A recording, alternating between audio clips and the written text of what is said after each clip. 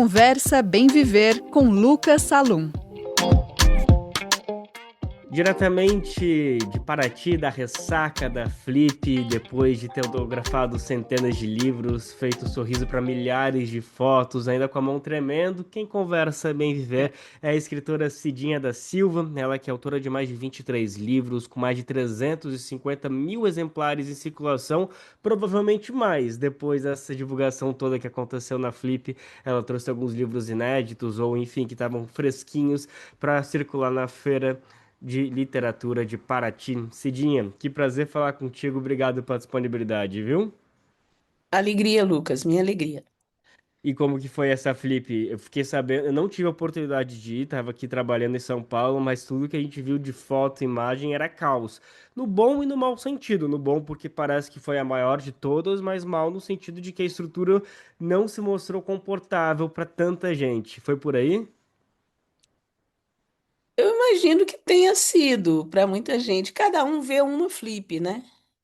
A depender do lugar que você ocupa na estrutura, você vê uma flip. A flip que eu vi, para mim, foi muito legal. Eu fiz 6 mesas muito diferentes, né? Com diálogos, parcerias muito diferentes, todas elas muito frutíferas, com o público, todas com casa cheia, algumas com muita gente, duas com muita gente do lado de fora, porque os espaços eram muito pequenos, né? E estavam lotados, então as pessoas ficaram do lado de fora querendo entrar. E eu tendo a achar que tem um investimento, as pessoas acham que isso é charmoso também. Você ter, às vezes, um espaço que comporta 60 pessoas apenas e com pessoas convidadas que vão mobilizar muito mais do que isso, e aí você tem do lado de fora 3 vezes o número de pessoas que o espaço comporta. Eu acho que os organizadores investem um pouco nisso também, entendem que é uma coisa charmosa ter isso de tanta gente do lado de fora querendo entrar. Imagino que se as pessoas tivessem de fato interesse que as outras estivessem dentro, talvez investissem em pensar mecanismos, né, de ampliação de espaço. E que as pessoas que estivessem dentro também estivessem confortáveis, pudessem de fato se sentar com espaço para poder ouvir um bom diálogo, uma boa conversa, não ficar ali, né, tudo entrucadinha. Enfim, faz muito sentido isso, né? Essa sensação de casa cheia às vezes é muito mais importante do que de fato ter um público de qualidade ali interessado. Então, já que tu já trouxe essas provocações, vamos logo realmente discutir, afinal, quais têm sido as funções sociais, de fato, que a Flip tem trazido, que não deixa de escapar de tantas críticas, esse um marco, sem dúvida, do discurso sobre literatura no país, mas não necessariamente dentro das pautas que a gente realmente reivindica, né, que a gente precisa trazer. Te parece que a Flip está conseguindo realmente trazer uma representatividade, principalmente quando a gente fala de mulheres e escritores e escritoras negras e negros? Eles têm conseguido avançar nesse sentido ou ainda está muito aquém das pautas urgentes que a gente tem hoje? Eu penso, Lucas, que já há alguns anos a Flip se tornou o que acontece em paralelo, que antes era chamado de off Flip, que hoje, né, são as casas parceiras e tal, é, tem uma riqueza imensurável que acontece nessas casas parceiras. A Tatiane Leite, por exemplo, pelo segundo ano consecutivo, fez um roteiro, não é, das casas paralelas. E a gente estava conversando, ela me disse que levantou simplesmente 999 mesas, faltava uma, né, para chegar a 1.000. Isso é muita coisa, em casas muito diferentes. Por exemplo, eu fiz duas casas, né? A Casa Gueto e a Casa Queer, que em termos de localização elas estão fora do espaço de grande circulação de pessoas e tal, e estavam lotadas, lotadaças, né? todos os lugares tomados, muita gente do lado de fora esperando, as pessoas chegando cedo para conseguir entrar e sentar, né? Eu acho que essa a programação paralela está se sedimentando, né, como a grande vitrine da coisa e uma vitrine que cabe mais gente, mais pessoas podem participar, mais temas são discutidos e algumas pessoas convidadas, como a Angela Davis esse ano, rivalizam com os grandes nomes da programação oficial, que sim, não tem condição de contemplar todo mundo, né? Quanto mais rica for a curadoria, é, quanto mais gente curadora, né, a curadoria seja feita por pessoas que têm um olhar mais panorâmico e abrangente,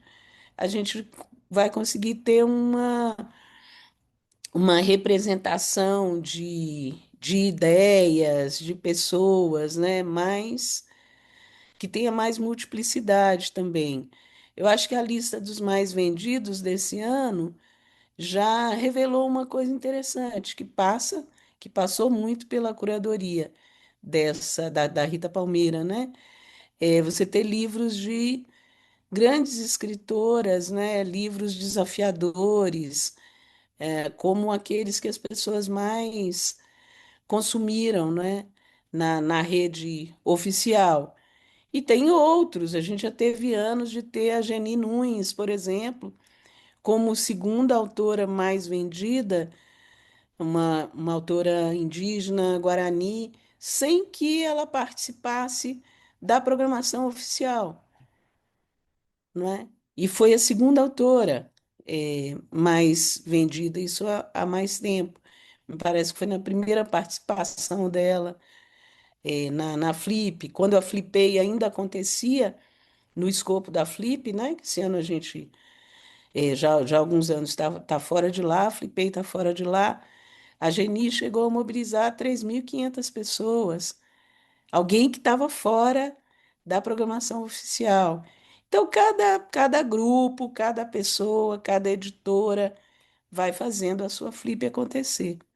Isso é muito importante. Tu mencionou a Flipei, já já vamos chegar lá. Essa entrevista ela está justamente fazendo uma ponte entre a Flip e a Flipei. O evento começa dia 5 de agosto, vai até o dia 9. Tem 3 espaços aqui na capital paulista, já para adiantar a informação para todo mundo. Tanto o Espaço Cultural Elza Soares, que é sediado pelo MST, Café Colombiano Sol e Sombra, quer dizer, o Café Colombiano e também o Café Sol e Sombra, um espaço, um bar, né? Já vão passar um pouco mais de alguns detalhes, mas só para não perder tudo isso que tu está trazendo me lembrou muito essas feiras paralelas que acontecem na Flip, com uma ideia que David Faustino, um grande intelectual do nosso tempo, defende, que ele é um grande pesquisador de Frantz Fanon, que inclusive completou 100 anos ano passado, teria completado 100 anos e o David Faustino usa muito do conhecimento de Fanon para falar sobre o hackeamento do sistema. Então, muito mais do que boicotar a Flip, por exemplo, do que, gente, ninguém vai para Flip, vamos esvaziar esse processo, vamos tentar fazer esse vexame. A proposta que Fanon faz quase 100 anos atrás, e aí David Faustino vai lá e coloca uma nova roupagem, é como que os movimentos conseguem, a partir do evento, a partir de uma tecnologia, incorporar para usufruir a si própria, a benefício desse movimento. Ou seja, se a Flip não está nos contemplando, vamos aproveitar a mobilização da Flip para hackear a Flip e fazer diversos eventos paralelos que vão de alguma forma tomar esse público. É mais ou menos isso que acontece e me parece, acho que agora já fazendo a ponte para falar logo da Flipei, a Flipei, que é a feira literária pirata das editoras independentes, ela é basicamente a materialização desse hackeamento fananiano que o David Faustino defende, né, Cidinha? Sim, sem dúvida. A gente anda ali no areal e sente falta da Flipei, né? Que era um marco ali naquele espaço, que tomou conta daquele espaço, com festas, com debates riquíssimos, né? Que agregavam e congregavam muitas pessoas, né? E a Flipei se tornou. independente por um processo de expurgo que aconteceu ali no entorno da Flip. Ela saiu de lá, veio para São Paulo e se estabeleceu. Esse ano já fez várias iniciativas de menor porte, né? Mini flipês, em cidades do interior de São Paulo. Foram 4 ou 5. A última aconteceu nesse final de semana que passou, em Registro, né? No Vale do Ribeira. E criando sempre as suas próprias estratégias de mobilização, né?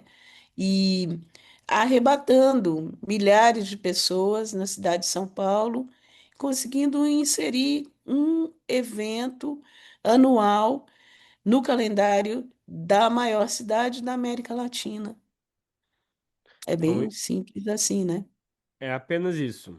É um Apenas isso. É apenas isso, um impacto gigante e cada ano que cresce, cada ano que acontece, a gente percebe que cresce, e a prova disso é que ano passado houve uma mobilização do poder público de São Paulo, especialmente para tentar boicotar o evento. Às vésperas dele acontecer, teve um cancelamento, basicamente, do espaço oficial que ia acontecer, e aí teve que ter um corre-corre para conseguir garantir. Mas tamanho é a mobilização e o impacto que a Flipei já conseguiu garantir não só com os participantes, mas com o público, né? As pessoas ansiam por esse movimento, que não foi possível mesmo aos 47 do segundo tempo fazer toda essa transformação e garantir a programação do evento. Te parece que daqui a alguns 5 anos, ou enfim, qualquer previsão que tu faça, Cidinha, que a Flipei tem um impacto maior do que a Flip nessa questão de comoção popular? Ou te parece que a gente já está às vésperas disso mesmo?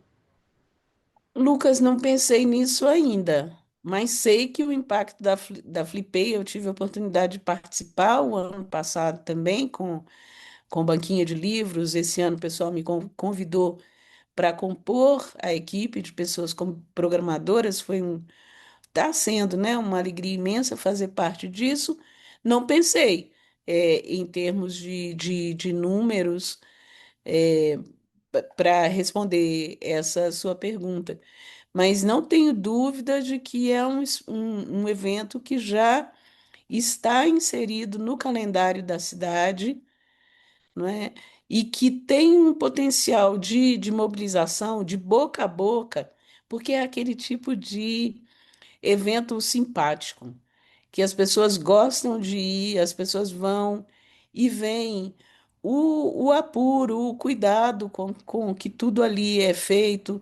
É muito próximo, as pessoas conseguem conversar com a organização, né? Conseguem conversar umas com as outras. E o clima do galpão do MST, do Café Colombiano, os dois espaços, né, onde a coisa rolou o ano passado, é um clima muito fraterno, né? Muito receptivo para todo mundo. Então, acho que a tendência é crescer. Não consigo prospectar em termos, de números, mas a tendência é crescer muito a cada ano. Para trazer alguns nomes já confirmados: Tichai Suruí, Cida Bento, Chico Sá, Samia Bonfim, Jamil Chad, quem mais aqui também?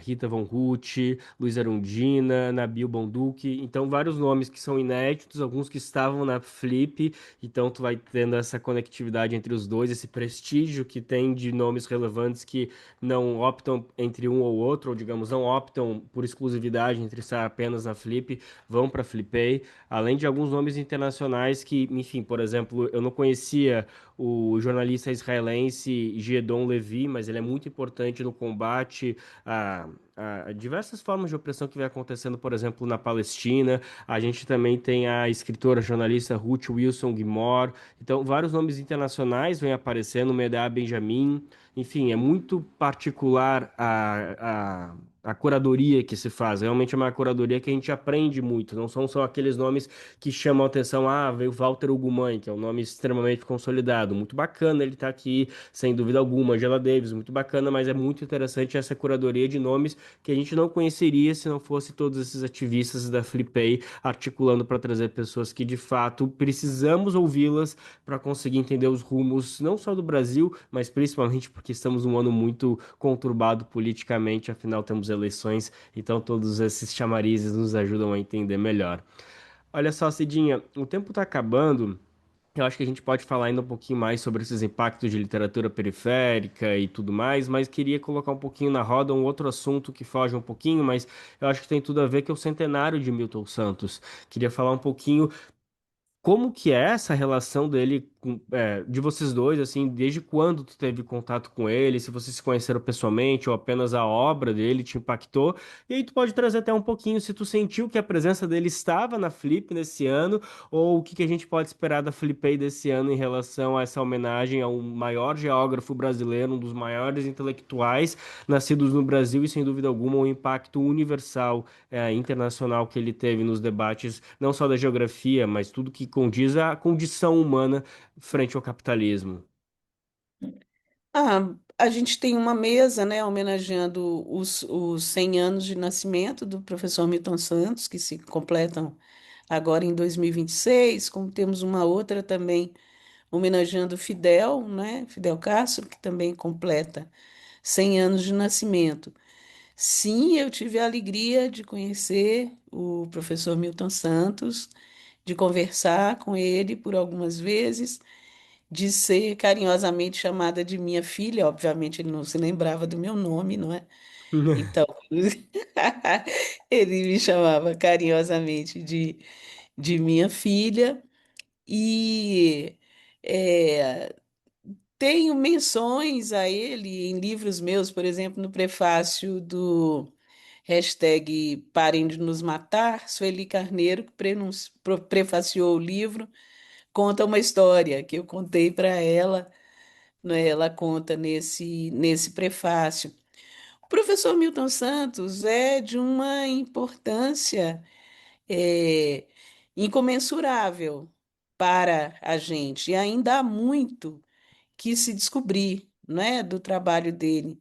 Recentemente, agora foram encontrados vários documentos, manuscritos dele, né, que não foram publicados em vida e que poderão ser pesquisados, né? É muita coisa que a gente ainda tem para descobrir desse geógrafo tão incrível que pensou o Brasil com tanta acuidade e generosidade também. Acho que eram duas características muito fundamentais do professor Milton Santos, né? A humanidade dele era algo que transbordava e que contaminava as pessoas ao redor dele, não é?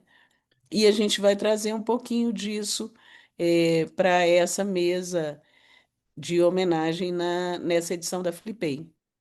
Milton Santos, que nasceu em Brotas de Macaúba, na região da Serra da Diamantina. Então ele tinha o molho baiano, como tanto se fala hoje em dia. No 3 de maio de 1926, ele faleceu em junho de 2001, então também são 25 anos sem Milton Santos. Também é uma data importante para a gente ter como referência, 25 anos da ausência desse farol tão importante. Ele faleceu no momento que se discutia muito, e ele discutia muito da globalização e está cada vez mais atual falar sobre isso, sobre esses Uhum. mecanismos, como a informação circula e da onde ela vem, da onde ela parte e os ônus que ela traz em todos esses translados. Então, é fundamental a gente ter essa mesa na Flipei e eu tenho certeza que se estivesse aqui, ele não iria na Flip, iria na Flipei. Apoiaria a Flipei e diria que esse é um espaço de fato para se discutir a intelectualidade que pode prosperar nesse país. Enfim, na verdade, eu acho que ele iria nos dois porque ele era muito conciliador, ele era um grande conciliador. A É, prova, pode falar. é um grande conciliador e tinha a dimensão da própria estatura, né? É. Então ele sabe que haveria espaço para ele nessas duas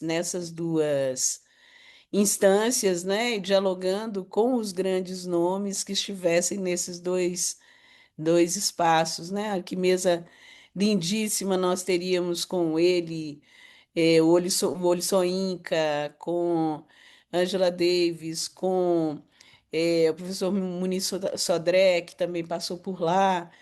A gente poderia ter dobradinhas muito legais. Agora eu fiquei só imaginando na mesa entre Milton Santos e Fidel Castro, o que que ia sair dessa mesa dos dois centenários aí. Que, enfim, os dois se conheceram em vida, então também dá para recuperar um pouquinho pelos estudos, pelo que ele escreveu, pontos divergentes, mas muitos pontos convergentes, sem dúvida alguma. Minha gente, essa foi Cidinha da Silva, escritora, autora de mais de 23 livros, 350 e muito mais milhares de exemplares vendidos por aí. Ela que publicou recentemente Só Bate o Cachorro Grande, do Meu Tamanho Maior, 81 lições do método Sueli Carneiro. A outra vez que a gente conversou, pedi para tu trazer algumas. E Eu ia te pedir para trazer, mas a gente foi tão rápido o nosso papo agora que vamos ficar devendo essa, mas é bom que já numa próxima a gente já sabe por onde começar. Cidinha, obrigado pela tua disponibilidade. Espero que tu consiga descansar dessa volta de Paraty, porque daqui uma semana tem mais. Flipei começa dia 5, vai até o dia 9, nesses três espaços que a gente comentou na capital paulista, tudo de graça para a gente contemplar e debater o que realmente importa no nosso país. Obrigado mais uma vez pela disponibilidade. sou eu que agradeço, Lucas. Sempre uma alegria. Me chame para conversar, que eu venho aqui para a gente bater papo. Muito obrigada.